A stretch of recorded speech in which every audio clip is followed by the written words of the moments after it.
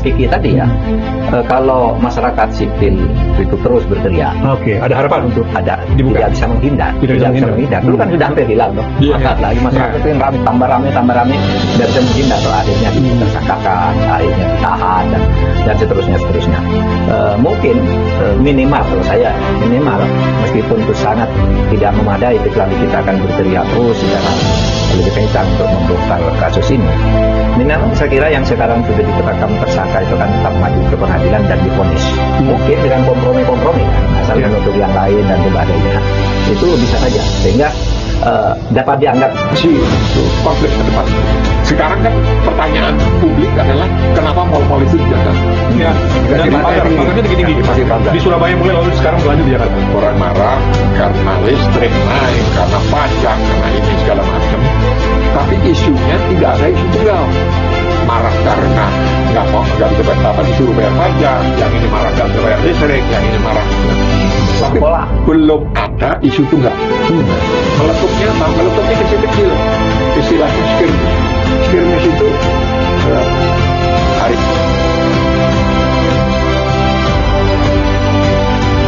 Pemirsa, senang sekali bertemu kembali di acara podcast pada pekan ini. Kita bertemu di sini untuk bertukar pikiran, mencari segi-segi kebenaran terhadap masalah-masalah yang muncul terkait dengan masalah politik, hukum, dan pemerintahan. Khusus pekan ini, saya mendatangkan seorang tokoh, Mas Kiki. Nama lengkapnya Hermawan Sulistyo. Untuk Gen Z dan generasi milenial mungkin tidak terlalu kenal dengan nama ini, tapi inilah salah seorang tokoh yang dulu melakukan bersama rakyat Indonesia reformasi, sehingga jika sekarang banyak masalah yang menyimpang reformasi, barangkali nanti kita akan menggali sedikit sebenarnya reformasi itu apa dan mau kemana dan mengapa menjadi seperti sekarang. Meski begitu, karena yang paling menarik pada saat ini adalah terkait dengan Jampitsus Febri Adriansyah yang sekarang sedang ditahan di rutan Komisi Pemberantasan Korupsi. Mari kita mulai. Seperti biasa, diskusi ini akan dipandu oleh Puang Rizal Mostari. Silakan. Katanya apa nih? Terima kasih Pak Kiki, terima kasih. Ya, jadi saya ini dulu Pak Fun, menyapa dulu karena kita tahu Pak Kiki banyak sekali referensi karena cukup dekat selama ini menjadi penasihatnya Kapolri Pak Kiki. Kita mengharapkan itu jadi mempertajam diskusi. Pak Fun, saya mulai dari Pak Kiki dulu. Pak Kiki, saya ambil yang terbaru dari kasus yang terkait dengan Pak Febri Adriansyah gitu ya. Tentang penggeledahan di kediaman yang ditunggu-tunggu sebenarnya. Kediaman yang ditempati, yang di Kebayoran Baru, Jakarta Selatan. Itu kan digeledah setelah kira-kira 20 hari lebih dari penggeledahan pertama. Di Cafe The Clan dan di rumah di Sentul. Nah, sekarang diambil katanya dokumen yang terkait dengan TPPU. Pak Kiki melihat seberapa signifikan penggeledahan itu dengan sekian lama waktu, dalam tanda petik yang dibiarkan baru bisa sempat digeledah. Ya, kalau pada proses investigasi, penggeledahan segala macam itu, semakin lama semakin terbuka peluang untuk menghilangkan jejak. Ya, jadi kalau kita kaitkan dengan penjaga rumah yang saya yakinkan terbunuh, gitu ya. Yakin terbunuh? Iya. Sutrimo itu? Itu penyidik yang paling bodoh pun tahu, gitu. Bahwa nggak mungkin mati wajar itu seperti itu, gitu. Nah, pasti dia tahu banyak. Agak sulit menghilangkan jejak ini karena orang hidup, gitu. Ya, satu-satunya cara disukabumikan. Nah, cilakanya dari proses ditemukan mayatnya itu kan aneh, ya. Dia dari rumah merasa sakit, lalu ke klinik. Ke klinik, mati di depan klinik. Nah, ini saja sudah aneh. Kenapa? Kalau sudden death itu, mati mendadak itu, porsi terbesarnya pasti karena jantung. Ini orang baru 42 umurnya. Tidak ada riwayat jantung, tidak ada riwayat penyakit kronis lain sebelumnya. Sehingga salah satu kemungkinan adalah diracun. kalau diracun itu ada 2 jenis. Ini kondisi umum ya. Nah, 2 jenis yang biasa dipakai yaitu arsenikum dan cyanida. Nah, cilakanya 2 jenis ini itu punya masa hidup yang pendek. Oke. Kalau 4 jam langsung ketahuan. Di bawah 4 jam. Tapi kalau 1-2 hari, sisa-sisanya itu masih bisa ditelusuri untuk membuktikan ini arsenikum atau cyanida. Kalau di bawah 4 jam? Ya itu. Kalau 2 hari masih bisa nggak? Masih bisa, tapi tinggal sedikit residunya. Karena apa? Ini berubah jadi gas. Jadi masuk ke tubuh, dia menguap, dia jadi gas. Nah, jadi kalau dia jadi gas, ya nggak bisa ditelusuri. Bayangan saya jauh ke depan. Kalau jaksa penuntut nantinya mengkaitkan ini, lalu membuktikan bahwa ini diracun, nggak ada bukti medical forensiknya. Karena sudah diasumsikan sudah hilang, Iya, sudah hilang. Sudah seminggu lebih ini sekarang ya. Berarti harus dicari kaitan dengan bukti jejak forensik medis yang lain. Misalnya pada saat dia diracun belum mati, dicekek, strangle, istilahnya strangle, diikat, dicekek, apapun itu masih bisa. Sebulan pun masih bisa dicari gitu. Nah, lalu atau misalnya ditembak atau fisik yang lain gitu. Tapi kalau racun, nah, apakah ini desain ya? Pertanyaan itu ya, ini desain. Kalau desain itu bagian yang sangat krusial untuk evasion, untuk menghindari kasus TPPU-nya, gitu loh. Jadi nggak ada kaitannya, karena ini saksi yang paling penting. Boleh dibilang saksi kunci ya? Saksi kunci nomor 1 kalau bagi saya. Nah, saksi kunci nomor 1. Kenapa? Nomor 1 tentang seluruh peristiwa pencucian uang itu. Karena gini, yang saya tahu kan gini, berangkas itu berat. Tidak mungkin digotong-gotong, apalagi digotong oleh orang luar yang penjaga rumahnya nggak tahu. Nggak mungkin itu. Persis. Nah, jadi sudah berapa truk itu diangkut selama ini gitu. Iya. Triliunan ya. Saya nggak mau ngomong supaya tidak melangkahi penyidik nanti. Kalau kita butuh itu, mendengarkan itu. Inside story gitu dari penyidik. Biar muncul di pengadilan. Kenapa? Nanti gampang ngeles-ngelesnya dia. Ini kita kejar terus ini. Ya, salah satu yang saya suka podcast ini lompat dikit ya. Karena apa? Pak Mahfud ini terus saja nguber ketika berita sudah turun kemarin itu. Selama seminggu kan udah turun nih berita. Saya tunggu, karena kalau tidak kita uber terus, lepas ini kawan ini. Lepas, pede banget, masih seperti pejabat tinggi. Itu ada yang punya, emang silakan. Kan gitu kan? Itu ada yang punya. Silakan saja dibuka. Tapi ada yang aneh bagi saya ya. Itu kan rumah yang dijaga tentara banyak itu, yang semula tidak bisa dimasuki karena dijaga. Di Jakarta Selatan, Pak. Pada akhirnya kan digeledah. Nah, rumah yang digeledah tapi dijaga dengan begitu banyak orang hanya mendapat dokumen.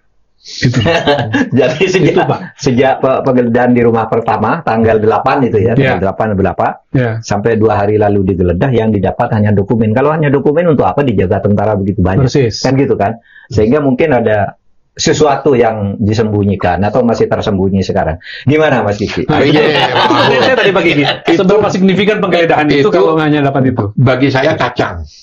Kenapa kacang? Mungkin dapat ratusan miliar lagi. Yang tidak kacang adalah perusahaan-perusahaan cangkang yang dibuat itu ya ketahuan aja 16 perusahaan cangkang. Transfer dana terakhir yang diketahui, yang diungkap adalah 1,5 triliun untuk satu perusahaan. Untuk satu perusahaan. Sebentar. Ini biar clear oleh pemirsa kita. Perusahaan cangkang yang dimiliki oleh Febri Adriansyah, kira-kira itu maksudnya? Oleh tangan kanannya. Tangan kanannya, jaringannya. Jaringannya, si Don Rito itu. Nah, kalau hanya berhenti sampai Febri, berarti Don Corleone-nya dia. Ini Don ini para penjahat kan, para penjahat. Luar biasa ya. Pakai nama Don aja udah ketahuan ini. Memang niatnya jahat kan. Kelasnya udah ketahuan. Kelasnya udah ketahuan. Nah, jadi kalau hanya ditemukan dokumen, mudah-mudahan dokumen perusahaan cangkang itu gitu loh, yang mereka nggak tahu, mudah-mudahan, tapi nggak mungkin rasanya. Ya, nggak mungkin. Masa kalau dokumen kan bisa disimpan di lokal bank dan sebagainya. Apalagi dia buktinya duitnya aja dia simpan sendiri. Jadi kalau duit mungkin disimpan di bank kan susah ngangkutnya. Kalau dokumen kan bisa disimpan di lokal bank. Saya mantan hakim sih, jadi curiga aja masa ini yang dijaga puluhan tentara, orang nggak boleh masuk, sesudah digeledahnya depan dokumen berapa gitu. Jangan-jangan tuh diangkut dulu barangnya. Saya malah bertanya Pak Mahfud, apa iya betul dapat dokumen dong? Dia tahu rumah itu akan digeledah, pasti udah bersih semua itu. Malah bukan saya pengumuman saja dokumen itu. Pertanyaan yang lebih fundamental. Urusannya apa sih tentara kok jaga rumah itu? Nah, itu ancaman apa? Wong dia jaksa agung bidang tindak pidana khusus, nah orang yang paling ditakuti di Republik setelah jaksa agung gitu. Nah, polisi masih ada pelayanannya, kalau kejaksaan pemerasan. Nah, jadi buat saya adalah perlu dibuka seluas-luasnya. Tentara yang fungsi utamanya adalah defense, pertahanan teritorial negara, tiba-tiba digunakan untuk mengamankan rumah gitu. Nah, jadi pasti tidak hanya sekedar dokumen. Kalaupun dokumen yang menyangkut uang triliunan. Jangan-jangan penelusuran jejaknya kalau untuk kasus listrik itu kan bentuknya dokumen-dokumen, apalagi yang sudah selesai seperti Asabri dan kasus yang dia tangani yang sudah selesai gitu. Dan itu kan masih banyak. Kalau saya dengerin rumor ya, karena saya investigator, saya nggak punya bukti, jadi saya nggak bisa bilang fix. Itu duitnya masih banyak. Duitnya masih banyak. Bang, yang korupsi aja triliunan masih bisa bikin pesta ulang tahun bagus itu. Nah, ngeri ya. Negara kayak gini. Negara ini benar-benar udah mengerikan udah. Jadi saya bingung. Bendera merah putih yang saya pasang mulai hari ini gitu, itu apa maknanya gitu. Kenapa? Dan hasil investigasi bocor halusnya Tempo ya, menarik tuh, dari 16 perusahaan cangkang disebut Mas Kiki itu, ada 2 yang di dalamnya itu anaknya Febri Adriansyah di situ, dan itu bisa menang tender dalam satu uang triliunan. Itu perusahaan itu dibentuk 10 hari sebelum tender, sehingga dia menjadi pemenang. Cuma menjelang ini namanya sejak Febri itu dikuntit dulu, itu nama ini lalu keluar dari perusahaan. Tapi dokumen lama kan masih ada, kan tidak mungkin hilang. Nama itu keluar sesudah muncul kasus. Sesudah muncul kasus dulu dikuntit di DKP Tangerang. Ya waktu itu itu gila tuh. Tapi buat saya itu tetap pinat. Kenapa? Dia kan main udah berapa tahun nih, udah berapa lama. Jadi bukan hanya yang berhenti di dia, uangnya dia mainkan dan berhenti di dia, di Febri ini. Selama sekian lama itu kan uangnya ngalir kemana-mana. Ini yang mengerikan. Gitu. Pak Kiki, dari penjelasan Pak Kiki tadi menjelaskan ke kita bahwa begitu besarnya permainan lah kira-kira gitu. Levelnya udah tinggi banget. Nah sekarang ketika kita lihat di handle oleh kejaksaan, tim 9 yang kata orang mestinya punya modal karena 7 dari mereka itu adalah mantan KPK. Seberapa Pak Kiki melihat bahwa permainan high level kriminal yang dibangun sedemikian rupa itu masih bisa diharapkan dibuka dengan tim yang dibentuk oleh kejaksaan sekarang? 7 mantan KPK. KPK yang sekarang aja nggak berani. KPK yang sekarang kalau ambil alih dari awal nggak berani kok. Apalagi cuma mantan ya. Apalagi cuma mantan. Atau bisa jadi ini yang realnya KPK sebenarnya, yang sekarang itu penggantinya gitu. Bisa di mana begitu juga kan gitu ya. Apa yang dihadapi itu siapa gitu loh. Ini bukan sekedar tentara ini. Kalau tentara nembak orang mati, ini tentara yang berkedip mati gitu loh. Nah ini how far can we go gitu ya, sampai seberapa jauh kita bisa melangkah. Itu sebetulnya tergantung tekanan publik seperti ini, gitu. Sebelum bangsa ini hancur, gitu. Kenapa? Kalau orang udah frustrasi, udah ini, sekarang profesional, entrepreneurs, pergi ke luar negeri semua kok sekarang. Saya puluhan tahun di luar, hidup di luar ya kayak gitu. Anak saya juga masih di luar kayak gitu. Nah, semua pada nanya, Bapak nggak pindah aja? Gitu. Nah, dengan mudah saya milih negara di Eropa, mau di Amerika, mau di ini. Nah, tapi meskipun bukan londo ireng, saya bukan londo ireng lah, gitu kan. Nah, itu mengerikan. Jadi saya bilang, marilah kita jangan pergi-pergi, kita tinggal di sini, semampu kita benahi negara ini. Gitu. Saya ke Pak Mahfud sekarang. Pak Mahfud itu termasuk yang sangat kritis. Pak Kiki, seperti Pak Kiki bilang, Anda tonton gitu. Tapi setelah melihat ke sini, berpikir bahwa mulai ada kemajuan pelan-pelan nih.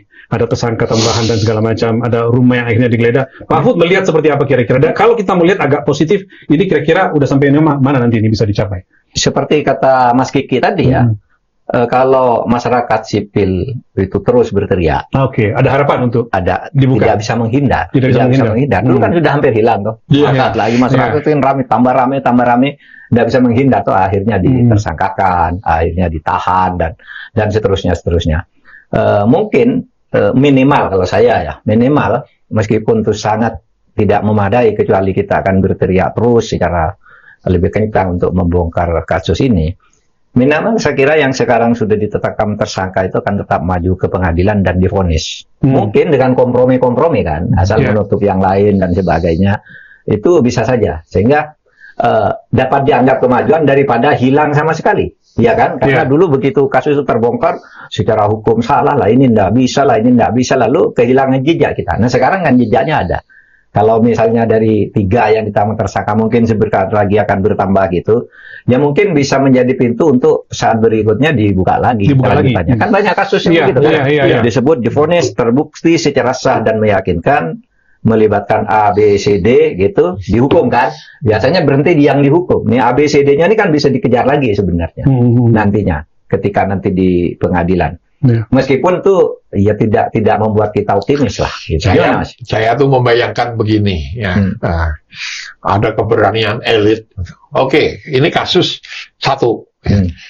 Dari proses pemeriksaan segala macam dibuka untuk umum, disorot TV, diinterogasinya itu bisa ditonton langsung, live streaming. Wah, itu pasti penontonnya se-Indonesia. Live streaming dan orang judgment itu menjadi lebih adil. Artinya apa? Ini suara publik. Pengadilan kita tidak mengikuti sistem juri. Kalau juri itu public conscience ini dikumpulkan, semua orang bilang salah. Meskipun belum tentu juga gitu. Ya. Nah, tapi metode untuk sampai ke sana itu sebetulnya bisa kita terapkan. Contoh nih, Pak Harto waktu diputuskan harus disidang salah atau tidak, disiapkan ruang pengadilan di gedung Departemen Pertanian, Jakarta Selatan, Departemen Pertanian. Nah, itu karena tentara yang menjaga Soeharto waktu itu sudah lumpuh. Jadi saya nggak bisa kita lakukan. Saya bukan lawyer, jadi nggak bisa dorong ke arah sana gitu. Tetapi saya berharap coba itu dilakukan untuk Febri sekarang gitu. Nah, itu akan menarik. Mencari tempat yang netral yang bisa leluasa dia. Iya. Kalau kita ambil cara Cina kan, kalau saya bayangin Menteri Pertahanan di sana ditembak. Saya bilang, kapan Menteri Pertahanan Indonesia? Ada kepala di Cina itu, kepala Kejaksaan Tinggi, pergi ke luar negeri, pamitnya kunjungan kerja dibiayai oleh negara. Sesudah pulang ketahuan dia dibiayai oleh tamu pengundang, hukum mati di Cina loh. Kamu nipu negara, dihukum mati, hukuman mati. Saya pernah nulis tuh di Kompas, namanya apa dulu. Nah, saya kira tapi di kita itu kan perdebatan panjang kan, Pak. Soal hukuman mati, no? Pak Kiki, toh. Karena Mas Kiki kemarin kan bilang, itu kalau dia tembak aja tuh si Febri. Di depan sampai ngomong gitu, Pak. Iya, ngomong. Itu serius ya? Serius saya. Kalau mau efek jerah, deterrent effect namanya, efek penangkalan untuk kasus-kasus berikutnya, harus ada contoh. Sekarang ini nggak ada yang takut korupsi. Kalau nanti dibilang, nanti dihukum seumur hidup kayak gitu, jawabnya apa? Ah, itu kan bodoh aja, dia ketangkap. Kalau saya lebih ahli, gitu kan. Mana yang dia ketangkap? Iya, itu sial, gitu loh. Jadi bukan titik kesalahannya yang diambil, tapi sialnya itu. Gitu. Ini makin asik nih. Tapi sebelum saya lanjutkan, saya ingat pada Anda, bagi Anda yang belum subscribe, silakan subscribe dan nyalakan lonceng notifikasi Anda. Saya nambahin lagi sedikit, Pak. Ketika Pak Mahfud tadi mengatakan kita berharap dengan kita berteriak terus, maka ini akan maju pelan-pelan. Ada yang menarik kemarin, Pak. Ketika diumumkan satu tambahan tersangka, itu namanya Norman Herin dari pihak swasta, Pak, tersangka. Lalu tim 9 juga mengatakan bahwa kami berencana untuk menyerahkan satu saksi penting lah kira-kira itu, Ferry Hongkiriwang. Ini mau dititipkan ke LPSK, Lembaga Perlindungan Saksi dan Korban, untuk keselamatan diri dan untuk penyidikan. Karena jadi orang berpikir, ini berarti agak serius ini. Khawatir ini disutrimokan sehingga dia perlu dijaga. Artinya bayangan orang ini agak serius nih, tim 9 untuk maju. Pak Kiki gimana? Masih saksi atau gimana? Nanti ke Pak Mahfud juga. KPK aja takut, apalagi LPSK. Ya, LPSK tidak punya track record dan tidak punya instrumen untuk melindungi orang. Lalu melindungi akibatnya bukan melindungi supaya bisa diproses berikutnya, melindungi beneran, jadi nggak diapa-apain orang itu. Nah, kenapa? Yang dilawan ini kan udah karatan semua. Oh iya. Iya, udah karatan. Saking ininya ya, iya. Terlatihnya, saking lamanya beroperasi. Terlatihnya. Nah, kita lihat, dan ini bukan hanya di level elit, ya, sampai ke bawah. Nanti saya ingin ngomong tentang potensi konflik ke depan gitu. Sekarang kan pertanyaan publik adalah kenapa mal-mal itu dijaga? Ya, dikasih pagarnya tinggi-tinggi. Di Surabaya mulai, lalu sekarang berlanjut di Jakarta. Orang marah karena listrik naik, karena pajak, karena ini segala macam. Tapi isunya tidak ada isu tunggal. Marah karena nggak bisa disuruh bayar pajak, yang ini marah nggak bisa bayar listrik, yang ini marah. Tapi belum ada isu tunggal. Nah, meletupnya apa? Meletupnya kecil-kecil. Istilahnya skirmish. Skirmish itu hari ini senggolan motor di jalan, taburan. Gitu. Itu terjadi di Jalan Tambak. Sekarang terjadi di Surabaya. Itu skirmish di sini. Cuma makin lama makin banyak, makin frekuensinya makin tinggi, makin ini.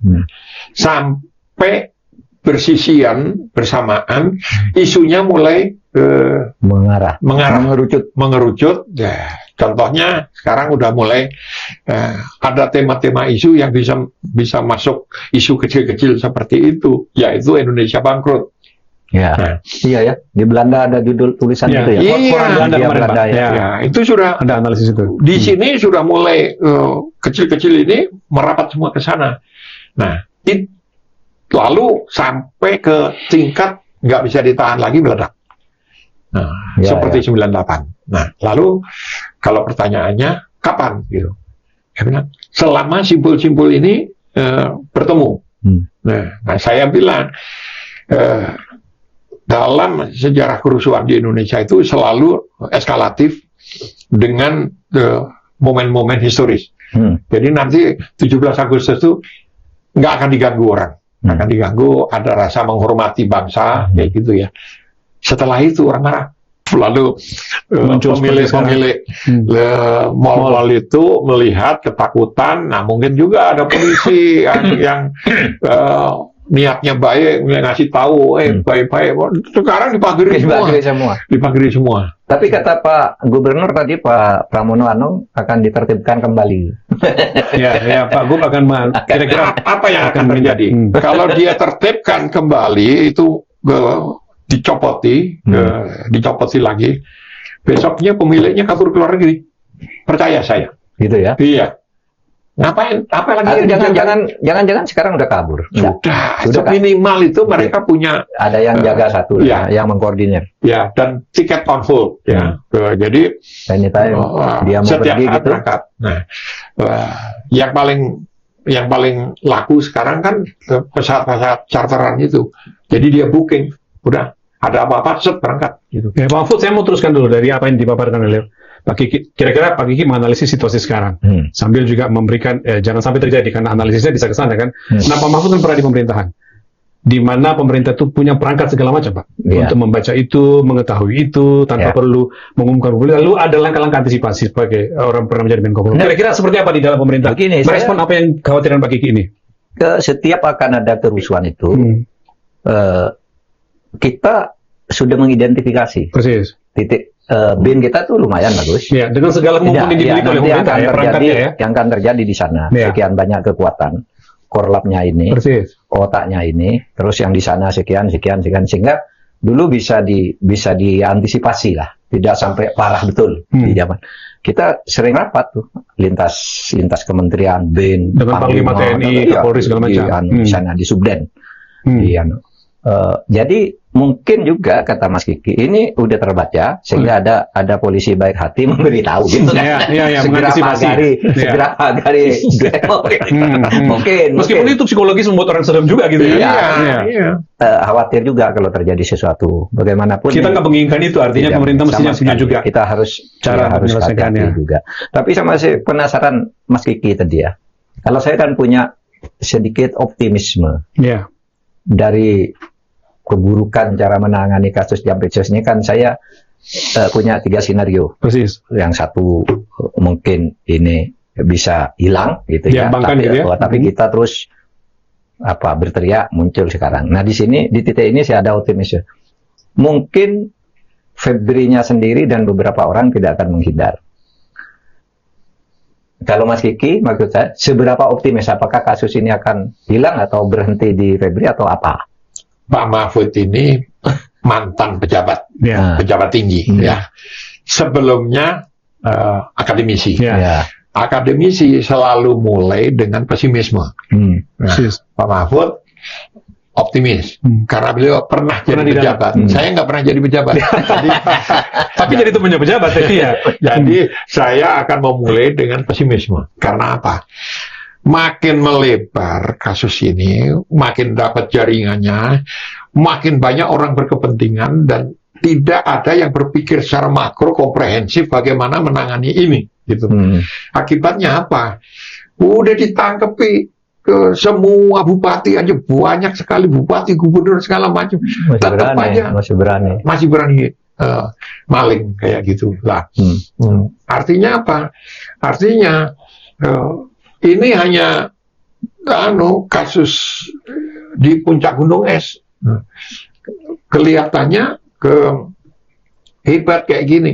Hebat kalau dia melebar kemana-mana dan semua disapu. Ambil contoh. Dia sebut nama siapa? Kayak gitu. Kejar lagi, grebek lagi, tangkap lagi. Nah, itu mungkin baru ada efeknya. Kita belum lihat nih, ada muncul nama-nama yang muncul pun yang disebut baru Don Rito sama Ferry Hongkiriwang gitu orang-orang di sekitar orang kecil aja ya. Bobo. Panggilannya itu. Bohoho apa Boboho. Itu yang orang kecil menjadi besar karena dia nempel di Ferry. Jampitsus ya. Nah, ini kan orang kecil, orang daerah lagi gitu. Orang daerah masuk ini kesalahannya begini, orang daerah dia nggak dipercaya oleh Ferry kan, sampai ngurusi perusahaan cangkang triliunan. Tiba-tiba orang ya katakanlah kere gitu, tiba-tiba kere munggah balik istilahnya, tiba-tiba naik ke puncak dan yang ditangani triliunan. Orang seperti ini pasti shock. Antara sebelumnya itu overconfident, sekarang loh kok aku ditangkap gitu.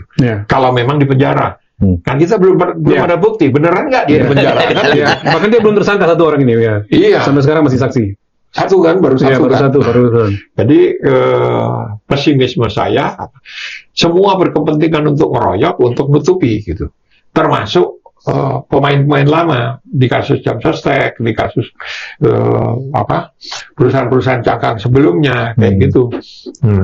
Jadi intinya memang perampokan bersama. Dan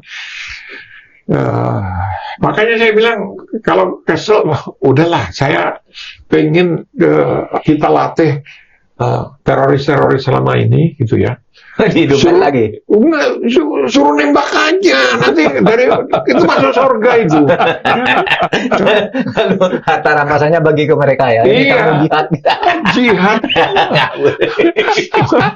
Daripada dia bunuh orang nggak berdosa, ini udah jelas dosanya numpuk-numpuk. Gitu. Jadi jangan perkarakan soal pakai rupiah apa enggak langsung. Iya, udah tembak aja. Itu di Cina dipertontonkan begitu. Iya. Nah, begini loh. Saya kira kita perlu mendengar dari Mas Kiki juga berbeloknya arah reformasi ini. Karena dulu ini beliau salah seorang di awal-awal reformasi menjadi saksi kunci. Anak muda waktu itu sangat berani, dan ya saya kagum juga waktu itu. Wah, ini hebat nih. Saya mesti ngomong dulu Pak, kita ingatin dulu Pak. Beliau ini tim investigasi kerusuhan Mei 98. Ya, jadi Anda yang mungkin waktu itu belum terlalu ngeh gitu, Pak Kiki ini tim investigasi kerusuhan Mei 98. Dilanjut Pak. Ya, ini sama saya umurnya sama, sekarang 60. Umuran sama Pak. Jadi saya waktu itu melihat dari jauh. Saya di Jogja dulu, Mas Kiki. Masih di Jogja ya. Hebat nih, dia bilang. Enggak, karena ini membuat di samping rencana-rencana reformasi, lalu membongkar struktur lama ikut, gitu. Nah, termasuk polisi itu kan beliau yang dampingi juga, yang merombak struktur tentara juga. Pasca pisahnya tentara dan polisi ya, Pak Kiki ya. Oke. Kita tahu polisi itu di awal-awal reformasinya itu kan bagus banget ya. Sampai pernah nggak punya uang, masih bisa membongkar kasus bom Bali. Terus Pak Gubernur Suardike yang Bali itu juga, Imade Mangkupastika itu juga hebat sekali, itu bekerja banyak. Polisi bersih-bersih lah. Dibantu oleh beliau waktu itu Pak? Dia kan di sana di Bali. Juga arah reformasinya kemana. Nah sekarang ini kan jadi kacau nih. Tentaranya masuk lagi. Jangan-jangan itu karena polisinya sudah belok gitu. Kalau polisi terus begitu ya saya masuk juga dong gitu. Barangkali ya. Nah, kita perlu dengar dari Pak Kiki. Gimana Pak Kiki? Gimana? Jadi ini agak menarik diri. Kalau 98 gini. Bagi mereka siapapun kita yang pernah hidup di bawah rezim Soeharto, Orde Baru ya, itu tidak terbayangkan untuk anak-anak sekarang ini. Nah, saya biasanya analoginya gampang. Kamu tahu COVID-19 kemarin, gitu. Kita itu seperti terteror di sekeliling kita dan kita nggak tahu apa, gitu. Waktu COVID ya. Iya. Nah, zaman Soeharto itu sama. Kita ini terteror gitu, tapi kita itu nggak tahu apa. Ini contoh nih, kita ngobrol kayak gini nih. Jangan mimpi masih bisa ketemu hari Senin. Kenapa? Hari Minggunya. Waduh, saya jadi keinget masa-masa itu. Hari Minggunya kita ketemu di Kodim atau di kuburan. Udah, jadi bayangkan dosen UI yang dianggap itu katanya kampus perjuangan. Meskipun perjuangan omong kosong itu, kan? Itu saja dosen di ruang kelas itu nggak berani ngomong. Bayangkan dosen sistem politik Indonesia nggak bisa ngomong politik. Lalu apa yang diajarkan itu gitu kan? Nah, sehingga semua marah, kita konsolidasi jalan dan ya jujur lah, saya merancang merancang eskalasi masa itu melalui tanggal-tanggal bersejarah. Hari Kartini aja kita manfaatkan. Yang penting orang ngumpul. Gitu. Orang ngumpul baru kita kompor-kompor. Termasuk sholat Jumat juga ya. Iya, sholat Jumat itu. Orang ngumpul. Itu Tony Ardi itu. Tony kan kanan sekali gitu. Teman saya itu kan. Iya. Itu ikut kompor-kompor sampai dia ditangkap. Nah, semua seperti itu lah. Saya tidak percaya teman-teman UI karena apa? Udah terserap semua ya waktu itu. Jadi saya mengandalkan STM.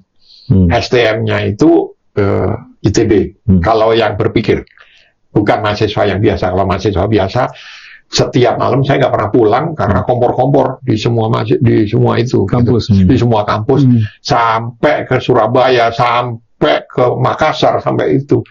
Sampai saya bilang kalau ngomong sombong, kalau orang ngaku aktivis 98 nggak tahu nama saya, berarti dia bohong gitu. Saya tahu. Nah, jadi apa sih kesepakatan waktu itu? Ini kita benahi negara nih. Membenahi negara itu tidak mungkin bisa dilakukan tanpa menurunkan Soeharto. Mengapa? Menurunkan pergantian presiden itu namanya suksesi. Kalau setelah suksesi baru kita tata ulang. Itu kami sebut reformasi. Kenapa reformasi? Karena pilihan perubahan itu ada dua, evolusi dan revolusi. Evolusi itu perubahan normatif biasa, ya. Rakyat terlalu lama menunggu. Seperti sekarang disuruh nunggu 25 tahun, gitu. Nggak tahan, rakyat nggak akan tahan. Atau revolusi. Nah, tidak ada secara revolusi bukan rakyat yang jadi korban. Selalu rakyat jadi korban. Mari kita cari format jalan tengah. Saya dengan teman-teman ITB, kemudian UI bergabung, nah ini akan banyak nih yang nonton, baru mengingat lagi mereka. Gitu. Kendala kita adalah TNI, karena kita akan berhadapan dengan tentara nih. Langkahnya apa? Mari kita merancang sebuah rekonstruksi bangsa, bukan untuk balas dendam.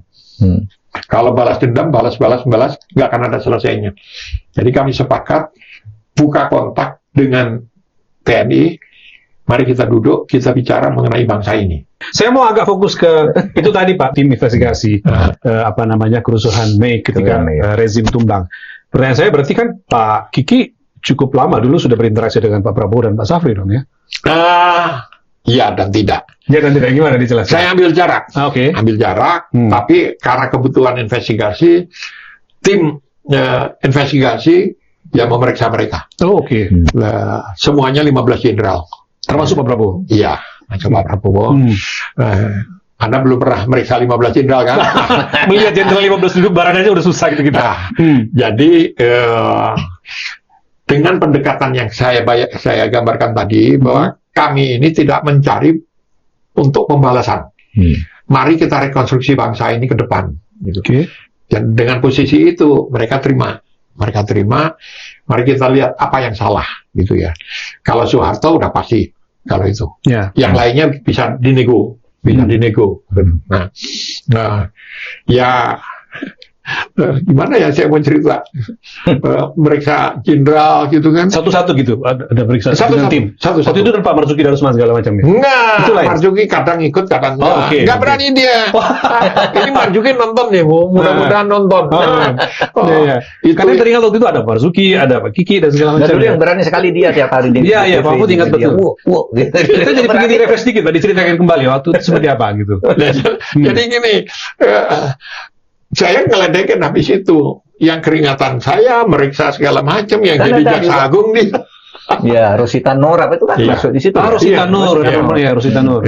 Dan karena kami titik pijaknya adalah akademisi, scholar gitu. Jadi mereka hormatilah. Tapi ngeri-ngeri sedap gitu. Nah, yang polisi yang paling takut kalau kita periksa, Pak Kumis itu, Timur Pradopo mantan Kapolri. Itu pasti dia nonton ini. Ingat nggak kalau saya periksa kayak gitu kan waktu itu. Gitu ya. Nah, Safri diperiksa datang pakai Panzer. Dijaga. Pak Safri itu waktu itu Pangdam Jaya. Iya. Kata saya udah bilang, kami nggak nyari yang salah. Mari kita duduk, kita benahi bareng-bareng bangsa ini gitu. Tetap aja dia datang pakai Panzer. Ada 1 atau 2 truk pasukannya di depan itu gitu. Kayak kita, orang kita cuman orang sipil duduk berempat meriksa. Nah, kami nggak punya senjata, nggak punya apa-apa, hanya punya kewenangan negara dan dari publik. Dan saya tidak berkepentingan mau ke balas dendam, bukan urusan saya, bilang gitu. Nah, coba deh nanti kalau ada rusuh-rusuh lagi, ikut meriksa 15 jenderal. Saya jamin nggak tidur itu. Kesempatan itu hanya untuk Pak Kiki aja. Susah mencari kesempatan itu buat yang lain. Jadi ada yang gebrak meja, ada yang, tapi rata-rata sih kayak tikus kecemplungkut gitu. Takut juga. Kenapa? Ini begini, tentara 30 tahun, ibaratnya merem aja orang mati. Berkedip aja orang bisa mati. Tiba-tiba sekarang harus duduk diperiksa oleh orang sipil. Itu penghinaan luar biasa untuk mereka. Dan saya yang menghina itu. Gitu. Tapi bagusnya mereka mau datang, Pak ya, memenuhi semua diperiksa. Oh, saya jemput. Kalau enggak, kami punya kewenangan gitu. Dan nggak usah dijemput. Saya nyanyi aja, ngoceh aja di media sampai ke dunia internasional. Namanya ini jenderal ini nggak mau datang karena dia memang penjahat. Selesai karirnya. Nah, jadi takutnya karena itu wartawan itu puluhan, ratusan wartawan dari seluruh dunia kok gimana? Takut mereka. Pak Mahfud yang beliau tadi bilang ada yang gebrak meja, kita udah bisa debak-debak, Pak. Kali 15 orang itu kan kita tahu semua lah. Tapi gini, reformasi dulu tuh iya sangat menegangkan, tapi hasilnya sangat indah. TNI Polri dipisah. Polri kemudian menjadi sangat bagus ya, sangat bagus.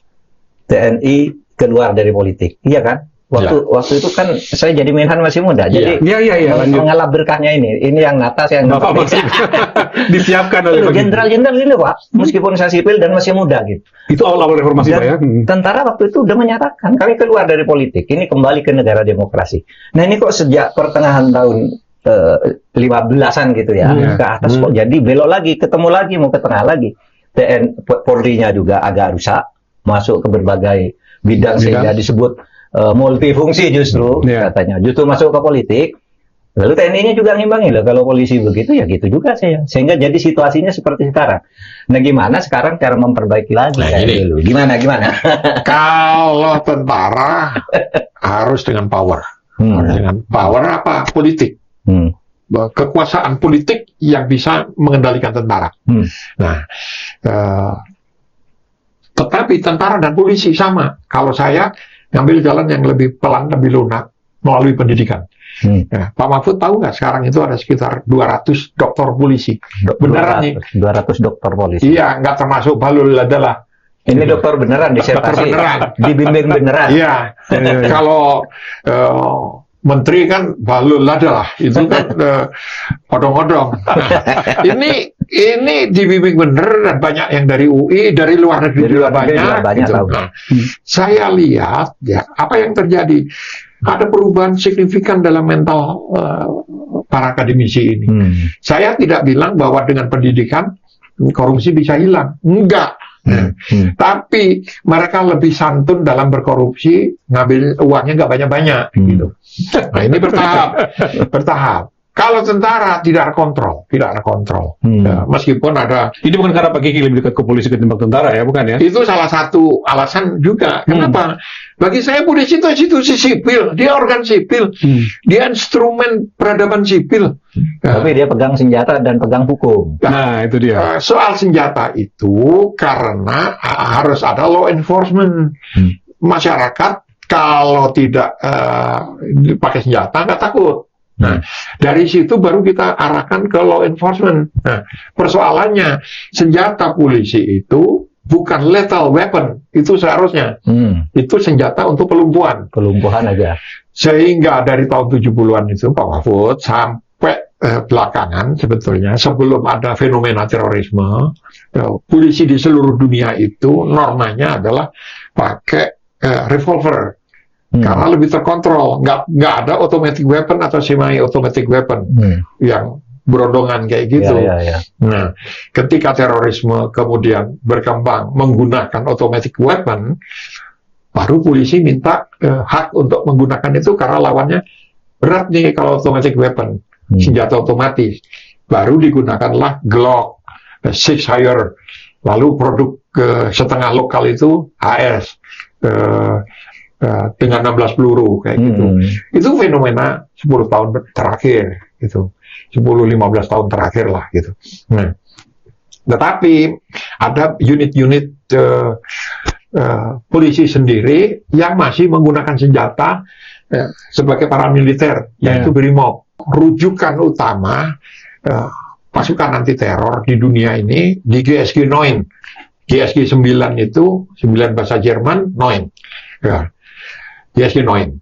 GSG 9 ini polisi perbatasan.